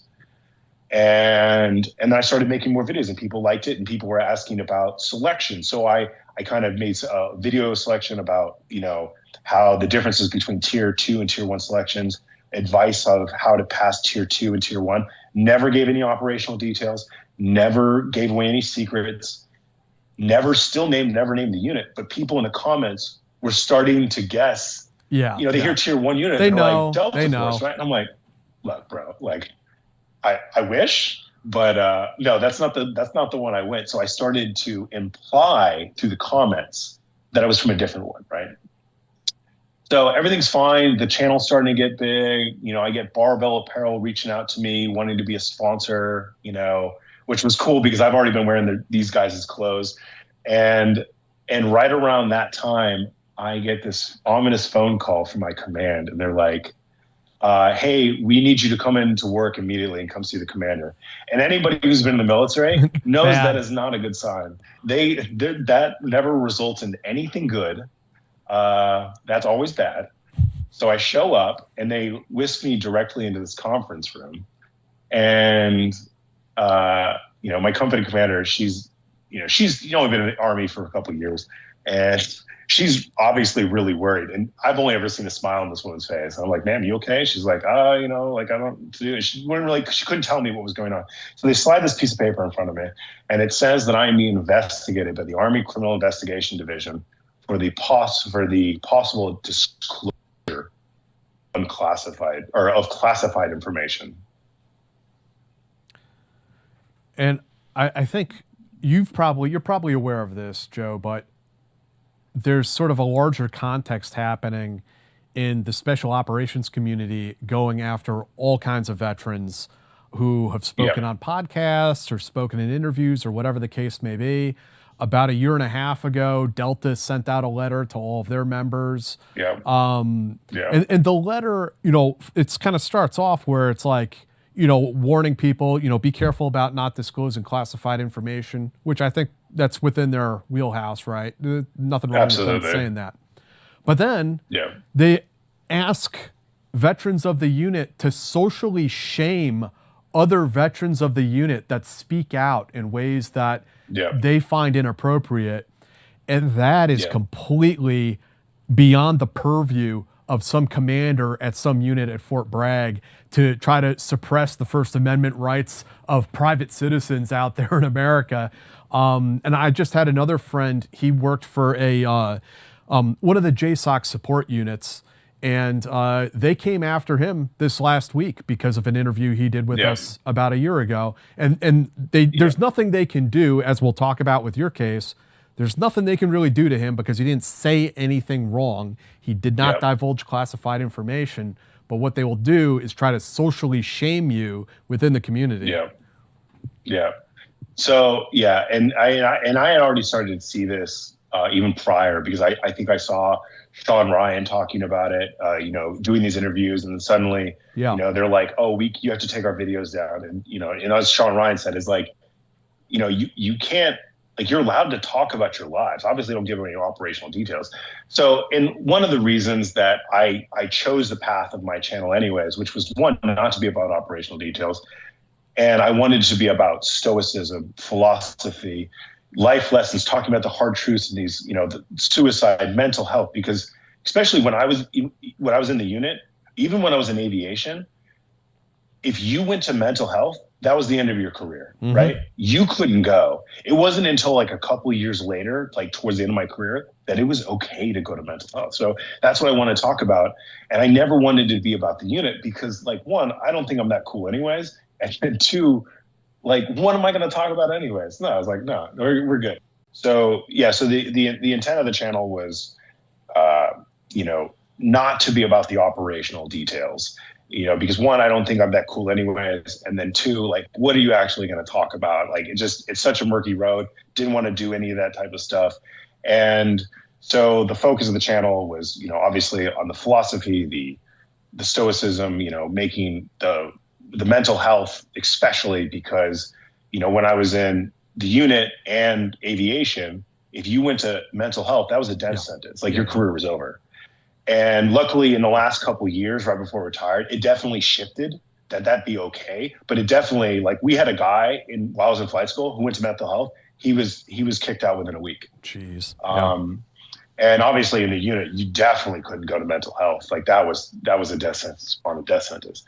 So, but, I did my due diligence and I researched all the stuff, and whether the unit likes it or not, there's plenty of books, which I also have a funny story because I actually showed up to ISA selection because at this time in 2010, I think the only book at that time was Killer Elite. Yeah. And you have to remember, this is 2009, 2010, right? And there was very little known about the unit, right? So I'll quickly go into this real quick because I think it might be a little pertinent, is at that time, it was like whispers of what orange and green were. Like, everybody knew what green was, but they're like, what is orange? And the thing that I was told by a Green Beret in the company I was in, and because he was interested to go to, like, orange, actually, he was like, if you want to be John Rambo, you go to green. If you want to be James Bond, you go to orange, right? And obviously could not be farther. Like, that was such a disappointment. But, it is to a truth. There is some truth to it, that type of job. But when you're applying, right, nowhere did they actually say the name of the unit, right? So you're applying, so you think you're applying for this job. So I show up to this selection, and I'm still not 100% sure the unit I'm trying out for. So I bring two books. I bring the book Killer Elite, and I bring the book The Mission of the Man in Me by Pete Labor, which was always one of my favorite books. I like how he taught life lessons in that book, which is sort of one of the things that modeled how I did my channel. So the first week that you do everything, it's of selection before you go off to the actual real selection is all like PT test, interviews, CI, and you're sitting down, you're doing polygraphs, all that kind of stuff. I get called into one of my CI interviews one day, and he's like, "Hey, you like to read?" And I was like, "Yeah, I like to read." He's like, "Did you bring any books with you?" I was like, "Yeah, I brought some books." He's like, Cool. What books did you bring?" I was like, Mission of Enemy and some other books. And he's like, "What other book?" And I'm like, I remember having a conversation like an hour prior with some other dude who was in there talking about how like Killer Elite was like, possibly about this unit. And so he's like, I was like, "Oh, I'm just reading this book, Killer Elite." And he's like, "What is that book about?" I was like, "Well, supposedly it's about this unit, right?" And he's like, "Well, do you think that's a good idea to read this?" And then that immediately piqued my interest. It's like, why does he not want me to know? So I leaned in and I was like, should I not be reading this book? Like, is there a reason? And he just like looks at me coldly and he's like, "You should not be reading that book while you're here." So I get out of that interview. Oh no, the last thing I say is like, "Well, wouldn't you want to know as much about the unit that you're supposedly checking?" And he looks at me coldly again. He goes, "Just don't read that book while you're here." So I immediately went straight to my bunk, and I was like halfway through it. And I've never read a book so fast in my entire life. And when I was done, I slammed it down, and I was like, I've never been so disappointed in my life. There was nothing about selection. It was like the driest book that I've ever fucking read. And there was nothing in there, right? But they made this whole thing. So going back to, I did all this research. I made sure that everything that I would possibly talk about was already publicly available information. And I made very careful that I did imply any names. I used the most outed names within the unit, which was ISA and TFO. But apparently they're not on the same page of believing that that's okay to talk about. So how did this investigation against you shake out? That they're saying that your use of these terms is classified information that you can't reveal publicly. Yeah. So what ended up happening is, through unofficial avenues, I was informed that my former unit was leadership was in contact with my current chain of command, and it was implied to me that me posting any sort of information, even remotely relating to the unit, was a bad precedent, and that they should maybe made example of that they should pursue as much as they can within their legal capabilities. And then I learned about a week later of this similar unofficial source that the shift went from, they realized that nothing I had talked about was actually directly classified. They were now trying to see if they could put sort of an aggregate of me placing unclassed sources together and then like confirming things that would actually they could find some sort of charge within there, but that luckily that line of thinking did not work out for them, and ultimately I was not charged with anything. I was given, at the end of 2 months, I was called in, and obviously there was 4 options that could have had me. 1, I could have been charged criminally. 2, I could have been charged under UCMJ. And then 3 is a GOMAR, which is a General Officer Memorandum of Reprimand, I believe is the correct full term. And everybody who knows a GOMAR, that is essentially a strongly worded letter that goes into your permanent profile. And then, of course, nothing at all, scotch-free. Everybody agrees, hey, everything's good. Unfortunately, I'm not that lucky. So I show up and I receive a GOMAR. And it's a very vaguely worded letter, just basically saying that they were disappointed and I used poor judgment when posting on social media. And that's basically all it said.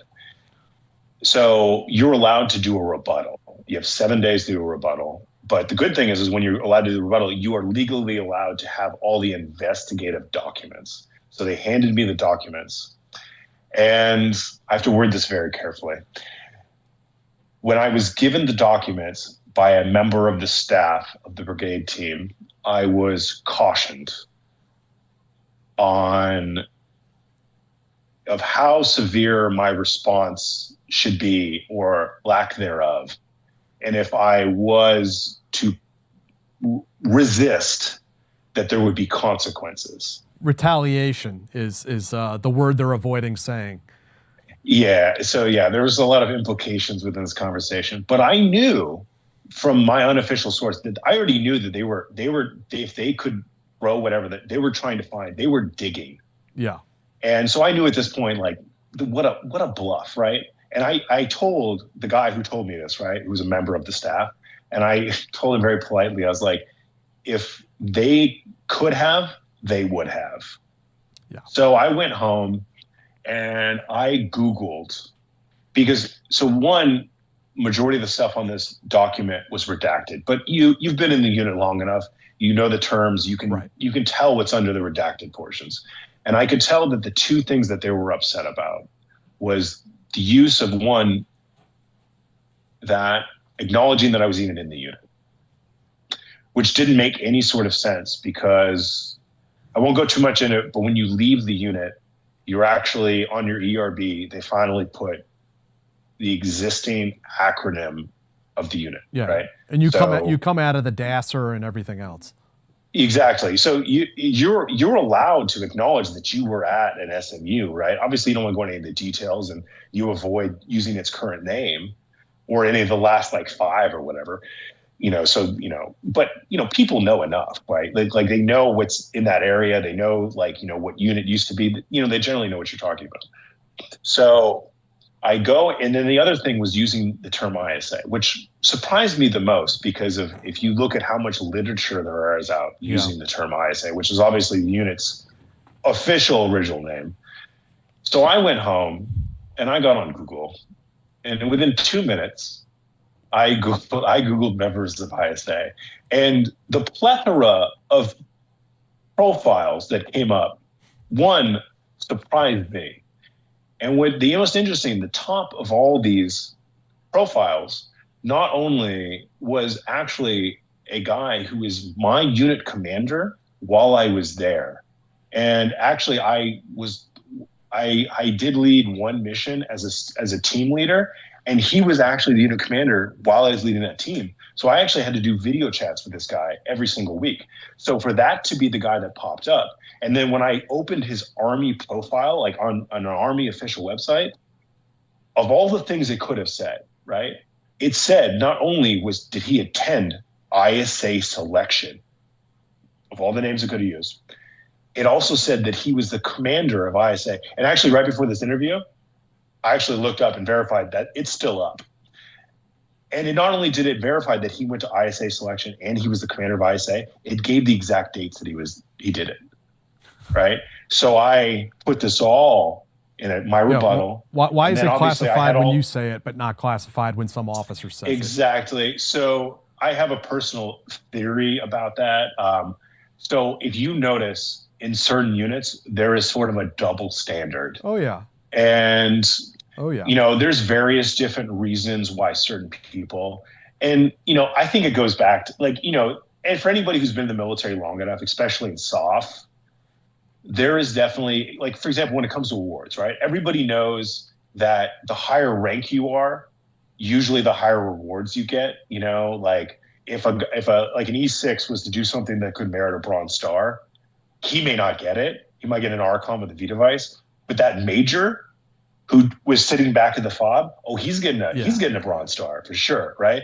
And so I feel like there's like this good old boys club, which there always has been. And then it's a combination of a certain level of rank that certain people get away with these things. There's been, I think at least as my count, there's at least 4 books just specifically about the unit. And I actually know personally like 2 of them who wrote them. And, one of them is now the director of counterterrorism, or was. You mean recently. I don't know if he's still. You mean NCTC? Yeah. So definitely there was like us, and I also knew in the way that I left the units, I was not there. There was definitely not the biggest. Some people were not the biggest fan of me. Like, and I had this innate ability where we talked about earlier. I have a face that people want to punch, apparently. And and I've come to terms with this, right? Like I rub people the wrong way for whatever reason. There's multiple different reasons. It doesn't matter. So I finished this rebuttal and I sent it to my company commander. And I'm proud because not only did I find this documentation, I had all the other URLs and resources that I had done my due diligence before I even started the channel. So I gave all the books, all the references, everything, put it all in a rebuttal, and I sent it to my company commander. And I was really proud of this. Like, in my mind, there was no way they would keep this going on. My company commander, like, hey, did you get the rebuttal? And she was like, yes, but we need to talk about it. Because I was like really happy to hear what she thought of it. So I went in the next day. She takes me and she tells me, I was like, ma'am, did you like the rebuttal? She's like, I did. I thought it was awesome. You did a great job. But the brigade commander is furious. I'm like, what do you mean? She's like, they're claiming it's spillage. I'm like, what do you mean it's spillage? She's like, because you used his name and ISA in the same email, not only are they pissed off about it, they have confiscated mine and first sergeant's computers because, and she was at this point, she was completely on my side, and she was just like, this whole thing is so ridiculous. And basically it was a knee-jerk reaction because they were frustrated with their inability to charge me. Yeah. And obviously if it had been spillage, they would have charged me immediately. And obviously, other than me, my company commander telling me what happened, it's very I never hard heard anything about that. It's very hard to charge somebody for spillage. If you want to explain that term to folks, I mean, that means like inadvertent disclosures, right? Exactly. Yeah. And because obviously you can't call it spillage when it's on an Army official website. Yes, exactly. Right? It would have been one thing if it had not been. And then I took this information, put it together, confirmed it, and then that's spillage because then I put 2 things together which other people wouldn't. But it was on an Army official website, so that's why it wasn't spillage. But they were just so upset, and they may not have known. It may have to them, they're like, oh my God, you have this guy's naming a commander, and even though it said where I found it, they may, I'll give them the benefit of the doubt because this particular company, this brigade commander was not, he's not from an SMU. He may not know. But that was their knee-jerk reaction. They literally confiscated, as far as I know, destroyed those computers just because they opened the email on those computers. And so I left, and I never heard anything else behind that. and then, but that was not quite the end of that. So I was given permission to start posting again, and this happened around October 1st. So prior to the investigation, I actually had a good relationship with the senior command at the unit. And I knew that there was a pending family financial issue that was going to come probably around November, December. And my original retirement date was November 1st. So I reached out to them and I was like, hey, can I extend it 4 months just to get on the backside of the holidays? Can I go to February 1st? And they're like, absolutely no problem, because all it does is requires your brigade commander's decision. And everybody told me we're cool. So this happened about 2 weeks prior to the investigation. And then when the investigation, and when they handed me the sheet, I was actually very confident. I actually originally laughed when they gave me the document, and my company commander was like, aren't you worried about this? I was like, no, man. I was like, I knew that there was a possibility this might happen, but I did my due diligence. I know I haven't talked about anything classified. We're good. And they tell me at that meeting that they're going to sit on my extension until the investigation. Once the investigation's done, they're cool. They'll send it up. Everything's great. So the investigation finishes around October 1st.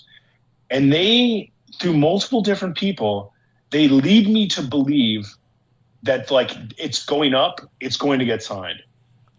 It wasn't until about a week prior, because anybody who retires know that usually between your terminal leave, you usually get at least a month of like free time away from work, right? When you retire.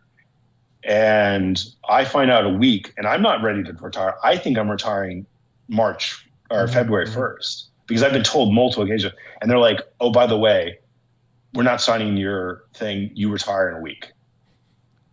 It's totally nuts.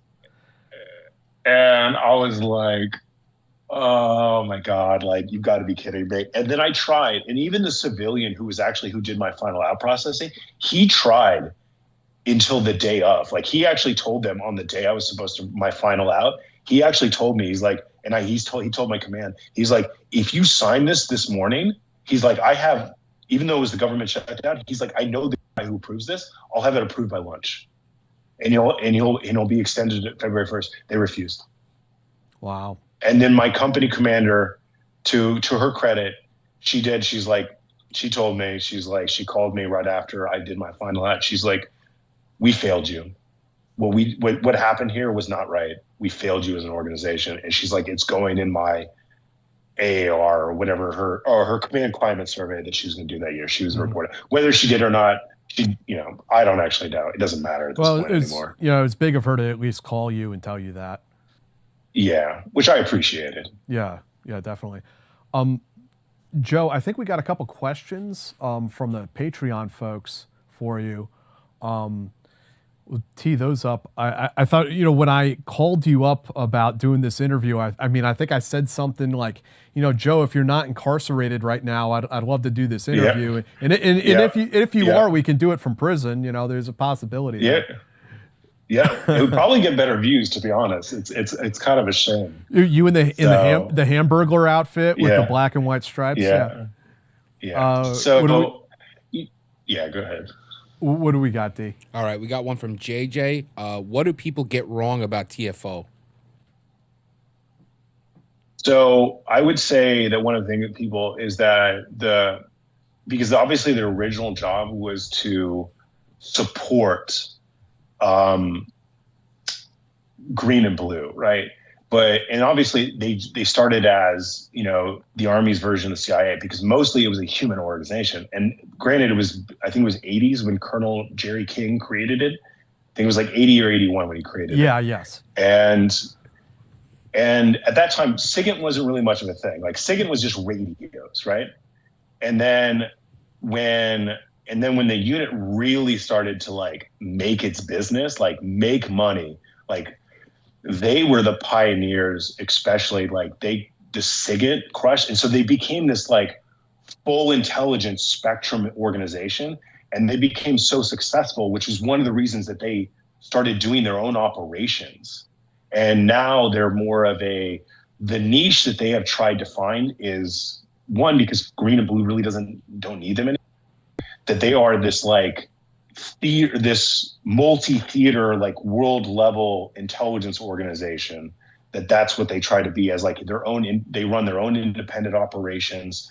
If they can give intel back to the greater jsoc community, they can, but they're very independent nowadays.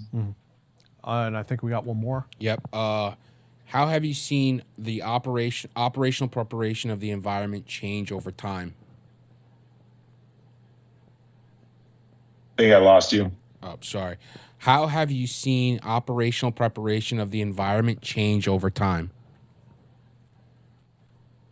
Okay, operational prep. So it has definitely changed, and it has definitely changed with technology. So, and I can go from this for a couple different ways. So from a tactical side of things, right? Obviously, implementing drones and other things like that, and also from a force protection, as our abilities to conduct force protection, like just from the SIGINT side of things, became very limited as technology increased. And our ability, like for example, I eventually in the unit, I went back to Iraq, like later on during the ISIS invasion. And it was one of the first Americans back in. And what we were doing 6 years prior, we couldn't even do a fraction of what we were doing there. And so we had to come up. Literally, one of the things that I did is and actually ended up getting an award for this. I actually helped create a new piece of equipment that the NSA ended up manufacturing for that particular mission. So, and then the combination of us doing SIGINT and also combining clan skills and the human side of things, which then technology from an alias standpoint of view, you know, biometrics started to change things. And you had Ancestry.com, you had 23andMe, which are obviously explicitly told not to do for obvious reasons. And so it changed the way that we looked at the world and the way that we could do operations, because it wasn't the old school like 80s and 90s. We had to incorporate the technology, and then everything was becoming so digital, but also in such small form factors that you couldn't even detect when people were using particular technology. And you had like RFID sniffers, and then, you know, everybody's heard of a Faraday cage, right? We basically started we were like Iron Men, like completely encased in Faraday cages of like everything that you could protect. And, you know, we literally had to create SOPs, which I think was one of the cool things, because we were on the cutting edge of like these intelligent operations. And we did have, especially when I was there, we had such a good relationship with the agency. And one of the things that we ended up doing and why we had such a close relationship with the agency is, if anybody understands the different types of authorities, like Title 10, Title 40, one of the reasons we started running and gunning with them was because we fall under DOD, they don't. And in certain situations, there were loopholes where we could do things that they couldn't, and vice versa. So we found that there was this tandem relationship that we could find loopholes between the two organizations. And so we actually built a really good, so I actually spent a lot of time in CIA spaces and a lot of different embassies throughout the world, which to be honest, those were some of, outside of the tactical stuff, some of my favorite missions. Yeah, ISA is an interesting unit in the sense that you guys can conduct covert operations, clandestine operations, or just normal overt military operations. Yeah, I don't think there are too many people that can do that. No, there's not. And I think that's, you know, one of the things that people confuse, like they think RRC and ISA are very similar organizations. And then that's like the big difference is, one, you know, I don't think RRC is nearly close to the size as ISA is. No. And has the reach, but also the clan side of things and the covert side of things is like where we separate, and we do that RRC doesn't really do that much of. And actually, I will say this, we did, I never operationally worked with RRC, but I did a number of training exercises with RRC from the tactical detachment. And I will have to say, they are some of the most professional guys outside of CAG. I would say that RRC is probably one of the most professional organizations I've ever worked with. Yeah, they're wired tight. Yeah. There's just something about Rangers in general that I just think, like, my advice to anybody, if you want to go to Delta, I would say go to Ranger and then go to Delta. Like, if you want to go to SF, cool. But like, I think you learn the greatest skills that you need to go to Delta from the Ranger bat. Yeah, man. No, Ranger Battalion's awesome. We got one more, D? It's funny. It was a question about ISA and RRC interfacing, and you literally just answered it. He just answered it. Okay. Yeah. So we definitely interfaced on the tactical side of things, which, you know, we did a number of freefall jumps together. We did a couple of different, they were all training exercises, but yeah, they are definitely a very professional organization. You know, when you operate with blue and green, look, and I don't want to throw anybody under the bus, but especially when you deal with blue, right? I will put it this way. I obviously I worked with them and I was on their Jort cycle, but the first time I worked with them was actually in Freefall Jump Master course. And in Freefall Jump Master so they actually don't, so both green and blue don't send their SIGINT guys are support guys, right? So they don't go to Freefall.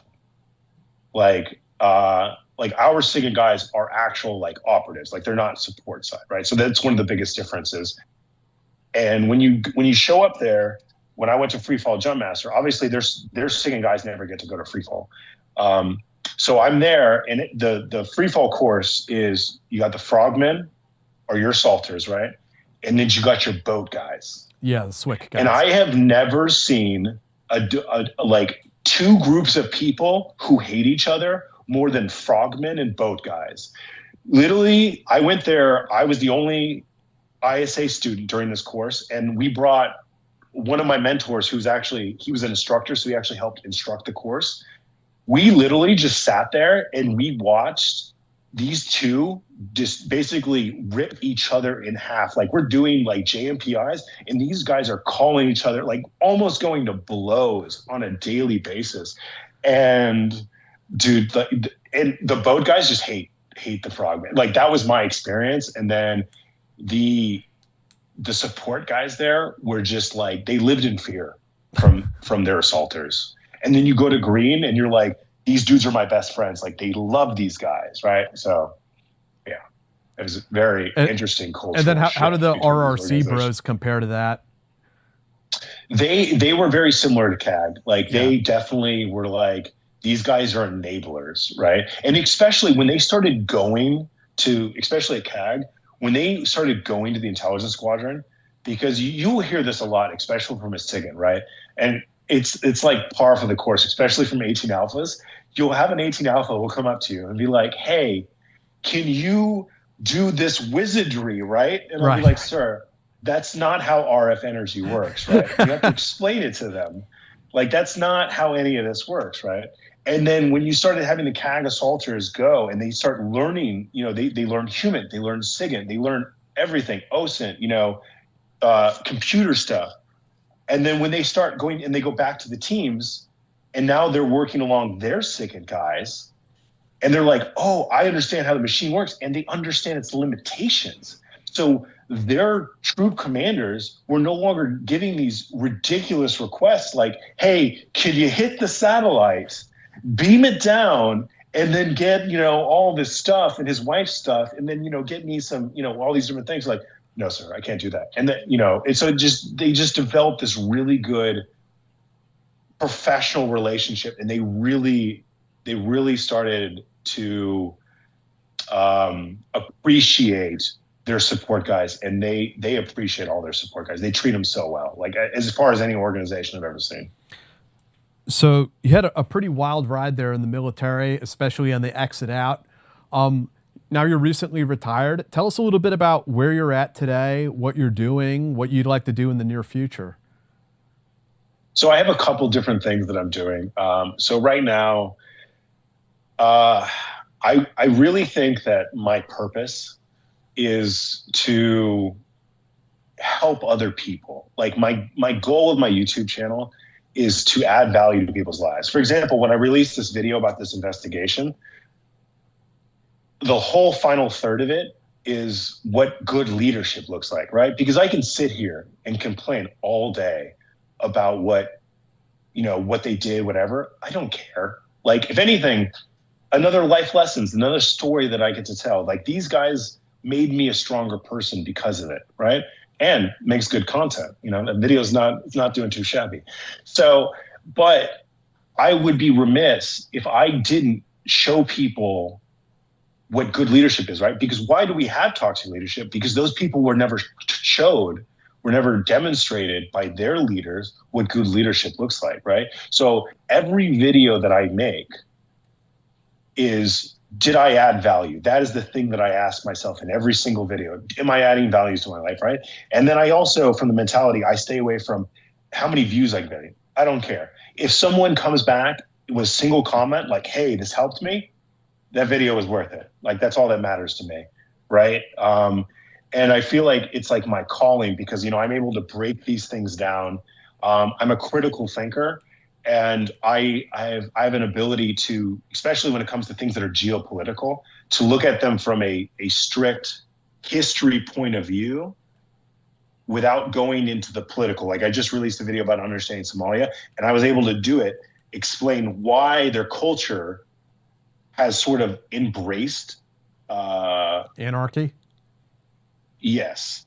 And fraud and scam without going into sort of a political thing, right? And I'm a subject matter expert especially when it comes to Iran, and I speak Farsi. So my next video that I'm actually doing is understanding Iran, but in the same format. And almost all the comments that I got from that video was like, hey, you really broke this down. I really appreciate it. So I'm putting my full focus right now into this. I am also at the same time, I am actually studying to become a private wealth advisor. Cool. If this doesn't work out. Yeah, that's awesome. So I'm in the process of studying for my Series 66 right now. Is that like you manage like a wealth fund for a wealthy family? Yes. So the difference, and I didn't know this until one of my friends got me into this, is when people think of like wealth advisors, right? Most people fall under what's known as core wealth. And then private wealth, depending on the area, there's a minimum amount in an account in most places in the United States at a minimum $5 million. But if you go to like New York, it could be like 20, 30 million. It has to be in that account to be considered private wealth. So, but the interesting thing about it is it's because almost everybody who's in private wealth, their money has been in private wealth. Like, they've had brokers, right? So you make money off of like essentially annuities. Like, you manage their money, you get 1%, right? But these people, private wealth, these people already have wealth advisors, right? So what ends up becoming, which is the difference with core wealth, it's a sales job. So the first couple of years you join a team, and then your first job is just to go get accounts, and you have to go get them from other people who already have wealth advisors. So it's a sales job. And they structure it like if you end up getting a job through, let's just say you're brokered through like Morgan Stanley, they structure it that the first year they pay you a salary, but then after the second year, your salary goes away. And because they want is like, so it's like a dog eat dog world. I almost think of it as like, it's like the tier one of private wealth managers, because if you don't make it, like you're out. If you don't have those sales skills, you're not going to make it. And so they design it to weed people out, which I find fascinating. So it's definitely the hardest of all. But if you are able to make it, every private wealth advisor that I know, and I know a bunch in Loudoun County, which is horse country out here in Virginia, which is randomly the richest county in the United States. All the guys who are private wealth advisors have the best work-life balance ratio. These guys make money, they work like 2 hours a day, and then all they do is whatever they want. It's awesome. So tell folks out there listening where they can find you on YouTube, where they can find you on social media. Yeah. So my YouTube channel is the Stoic Viking. The Instagram, like, it's also the Stoic Viking. I think it's the Stoic Viking 2025. And so basically that's where I push the majority of content. YouTube is like my main goal is the long form content, because there I'm allowed to, I have the ability to talk about things in long form, which I feel like those are the issues that need to be talked about, whether it's mental health, fitness, health, nutrition, just overall philosophy going into life, how to deal with the hardships of life, grief, all these different things. I want to talk about the things that nobody wants to talk about and give it guys an avenue, and also create a community where people are positive. Like, one thing that you're never going to see me do, I'm never going to get involved in Vepo drama. Even if someone calls me out for claiming I did or did not something, I'm not responding. I don't care. You do you, bro. We're over here. And honestly, in any of my lives, if I hear anybody start talking bad about somebody else, I give them one warning. If not, they're kicked out, because we're about positivity. If we call out a problem, we're creating a solution. We're talking about it, right? Because the only way you get rid of a problem like toxic leadership is we ourselves have to promote what good leadership looks like, because that's the only way this ever is going to change. Is it going to change overnight? No. but all we can do is do the right thing, be the better person. And altogether, that's how we make this life a better world than how we found it. Joe, before we get going tonight, is there anything else you'd like to say? Is there any other topics we haven't covered that you'd like to hash out? It's a good question. I'll probably think of something like 2 minutes after we hang up. It's okay. We can do it again sometime if you want. And we'll also, for our listeners, we'll have links down in the description to all of Joe's social media and YouTube and all that other stuff. You'll be able to find it down there. Absolutely. And once again, I appreciate it. It's been an honor. And you are officially my first podcast since I started this whole thing. So I can't think of anybody better than the investigative Green Beret Ranger turned investigative journalist himself. Oh, no, thank you for that. I mean, likewise, we try to avoid a lot of the vet bro drama, keep it relatively positive about people's careers and relatively apolitical. It's just not worth anyone's time really to get into all that. But again, thank you. Appreciate your time, Joe. And everyone else out there, we will see you again next time. Absolutely. Thank you again, sir. Hey guys, I want to tell all of you today about a new newsletter that we're launching that encompasses both the Team House podcast, the Eyes On podcast, and the High Side news outlet, which I run with Sean Naylor. The newsletter is going to be once a week. It's going to come into your inbox, and you're going to get the most current podcasts on Eyes On and the Team House and whatever's topical or current on the high side. So it's another way for us to get the information out to you, as social media algorithms are pretty iffy and you never really know what you're going to get. So this is a once a week email. It'll slide into your inbox and it will have, the greatest hits of that week. It's really good, man. I'm checking it out. The website for it is teamhousepodcast.kit.com/join. teamhousepodcast.kit.com/join. You go there and you enter into your email list, or you enter your email into the little thing on the website, and you're good to go. And that'll be it. So we really appreciate your support and hope you'll consider signing up. Where's the link? The link will also be down in the description if you're looking for it there. And that's teamhousepodcast.kit, KIT, Kilo India Tango.com /join.